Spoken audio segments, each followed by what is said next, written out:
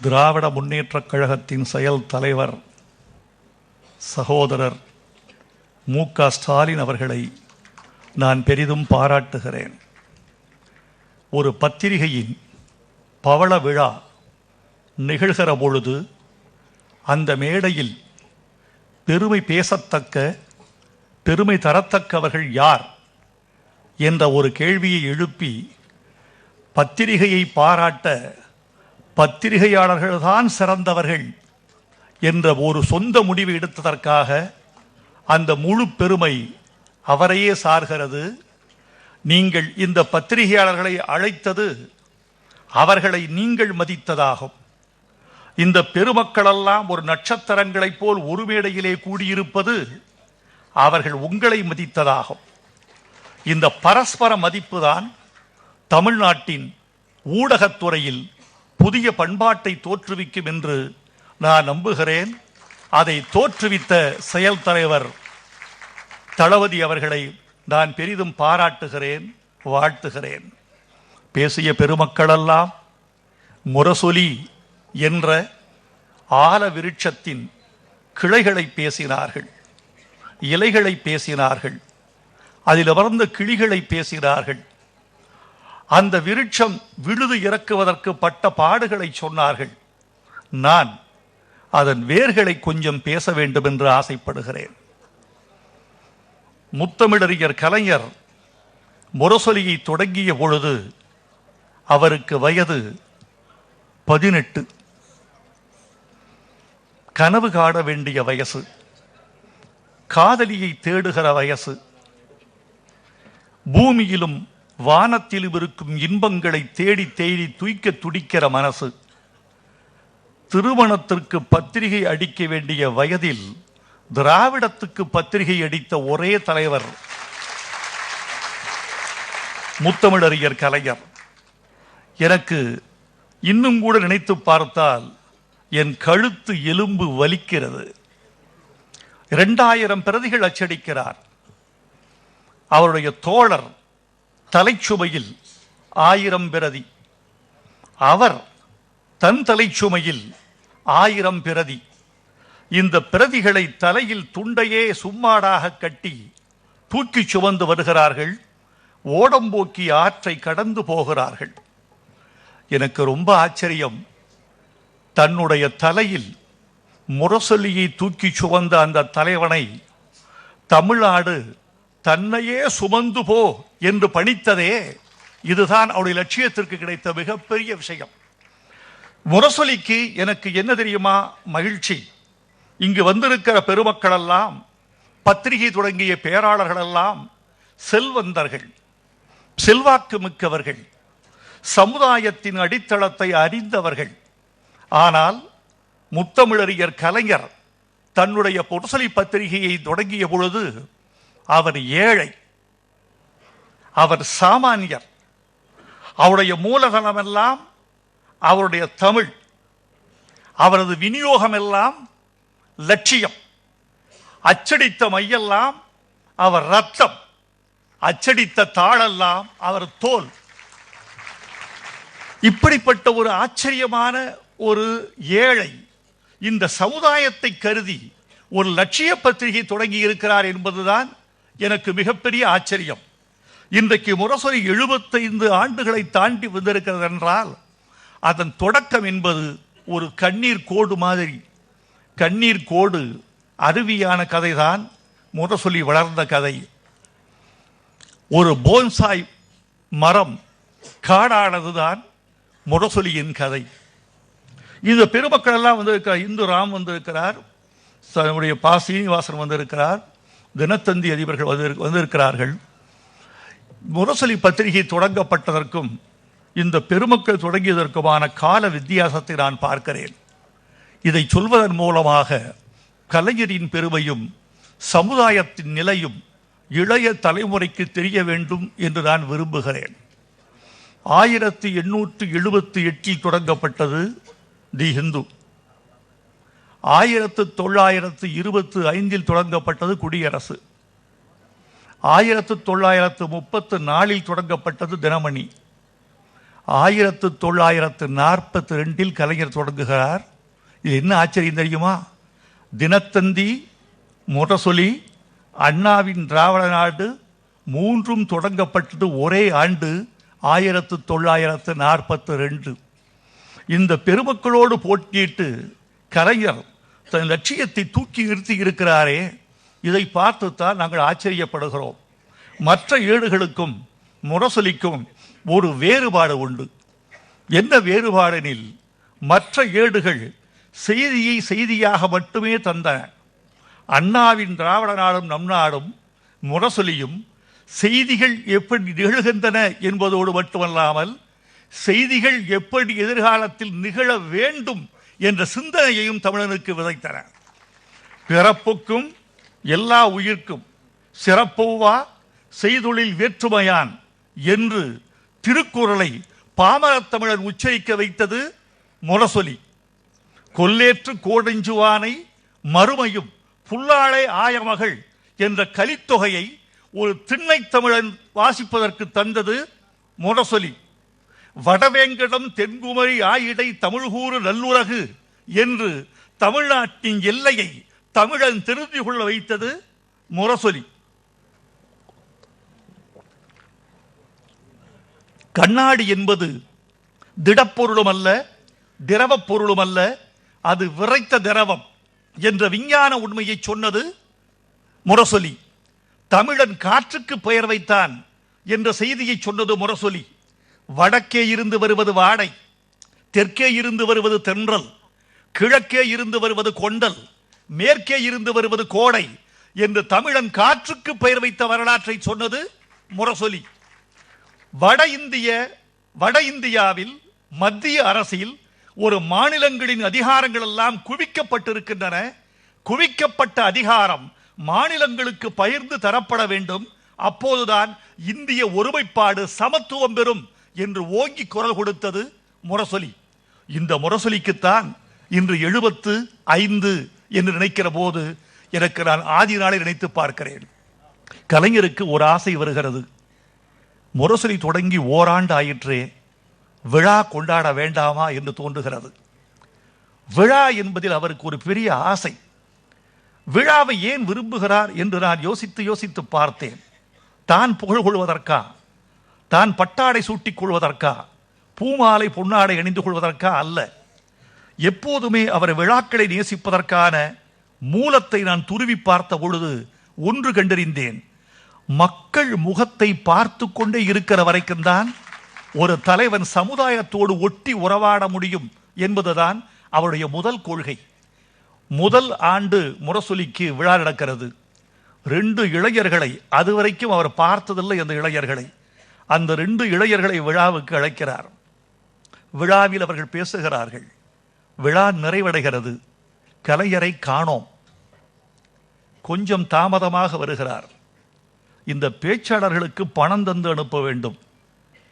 போக 1.25 ரூபாய், வர 1.25. ஒரு பேச்சாளருக்கு 2.5 ரூபாய், 2 பேச்சாளர்களுக்கு 5 ரூபாய். இந்த 5 ரூபாய்க்கு தன் வீட்டில் இருந்த வெள்ளி கிண்ணத்தை அடமானம் வைத்து எடுத்து வருகிறார். 2.5 ரூபாய் ஓர் இளைஞருக்கு வழங்குகிறார். இன்னொரு 2.5 ரூபாய் இன்னொரு இளைஞருக்கு வழங்குகிறார்.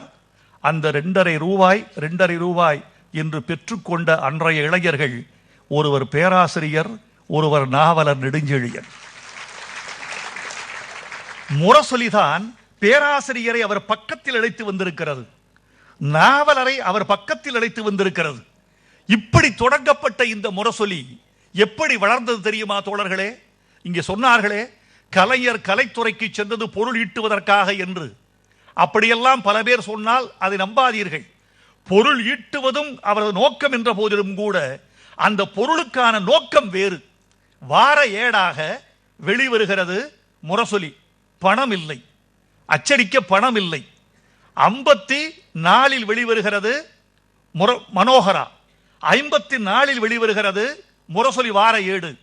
எதிர்பாராத விதமாக என்ன நினைத்தது என்றால், ஒரு 1000 பிரதிகள் அடித்து வசன புத்தகம் அடித்து விட்டால் அந்த புத்தகத்தில் இருந்து விற்பனையாகிற பணத்தை முரசொலிக்கு தள்ளிவிடலாமே என்று கலைஞர் கருதுகிறார். அடிச்சா என்ன ஆச்சுன்னா, 5000 10,000 ஆயிற்று, 10,000 20,000 ஆயிற்று, 20,000 லட்சம் ஆயிற்று. அச்சகத்திலிருந்து ஒரு புகார் வந்தது, பிளாக் தேய்ந்து விட்டது என்று.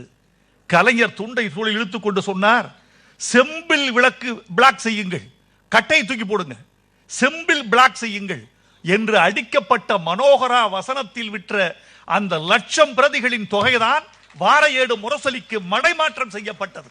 மனோகராவின் வசனம் எழுதி அவர் வீடு வாங்கி இருக்கலாம்.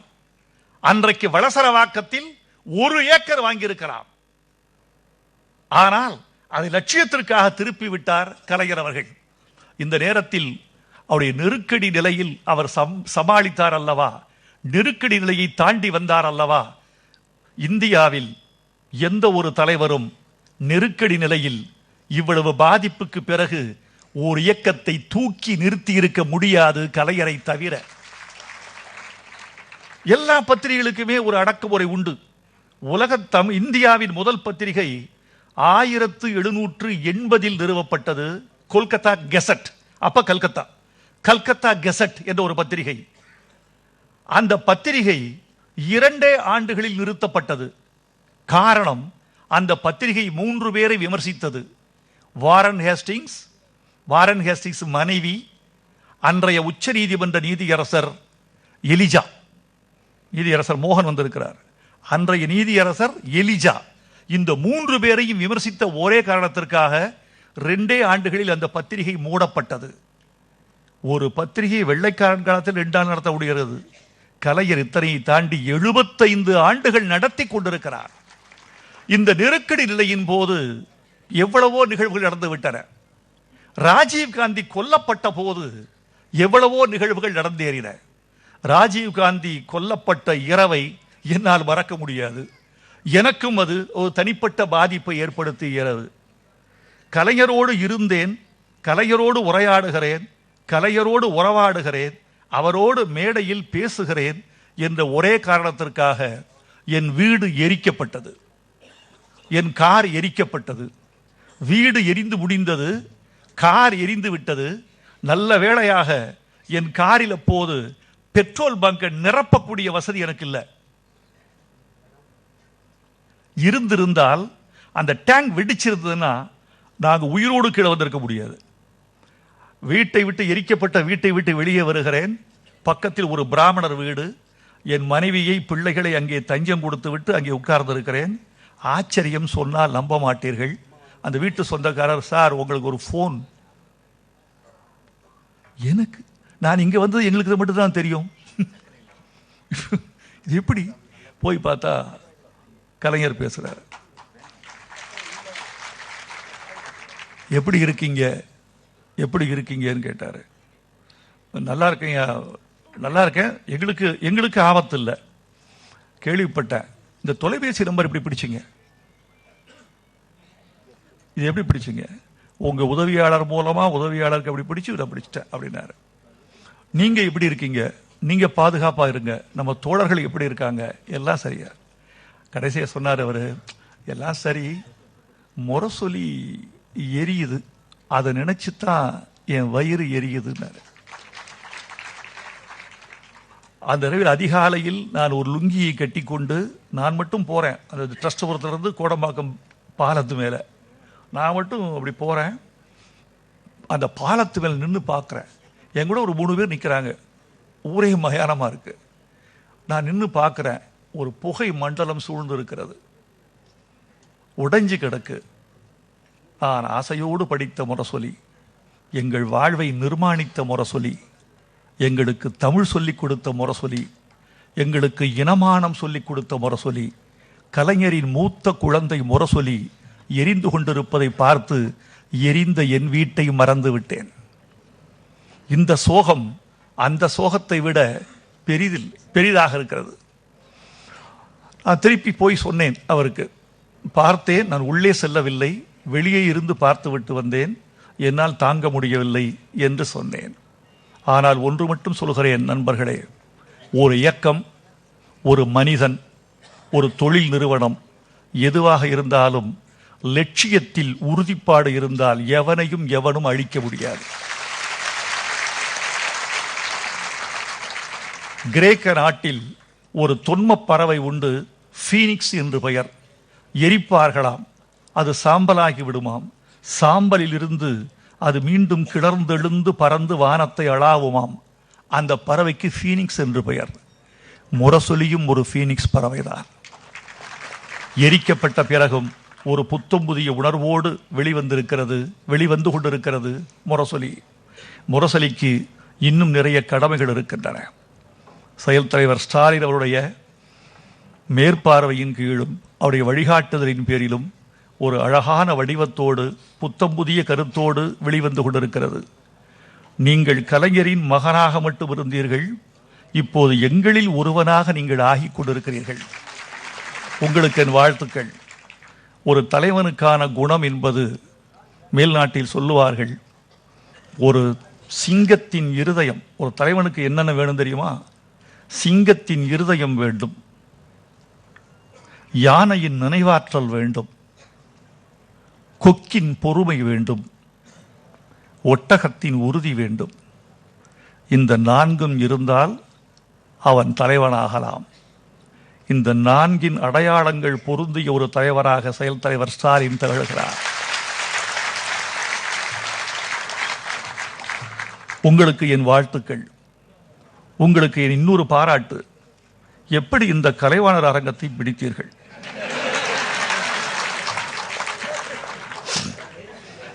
நான் விழாக்கள் நிகழ்த்துகிற பொழுதெல்லாம் நாம் ஆளுங்கட்சியாக இருந்தால் தவிர அரசாங்க அரங்கங்களை பதிவு செய்வதில்லை. ஏனென்றால் அரசாங்க அரங்கங்கள் எந்த நேரத்திலும் ரத்து செய்யப்படுவதற்கான உரிமையை கொடுத்திருக்கின்றது. அந்த உரிமை என்பதை விட அதிகாரம். உரிமை ரைட் வேற, பவர் வேற. உரிமை என்பதை விட அதிகாரம். எந்த நேரத்திலும் அரசாங்க கட்டடத்தை காலி செய்ய சொல்வதற்கு அரசுக்கு அதிகாரம் இருப்பதனால் நான் ஆளுங்கட்சியாக நாம் இருக்கும்போது தவிர அரசு அரங்கத்தை நான் பதிவு செய்வதில்லை. நீங்கள் எதிர்க்கட்சியாக இருந்து கொண்டே அரசாங்க கட்டிடத்தை பிடித்து விட்டீர்களே. அரசு அரங்கத்தை பிடித்த ஸ்டாலினுக்கு அரசாங்கத்தை பிடிக்க தெரியாதா? வணக்கம்.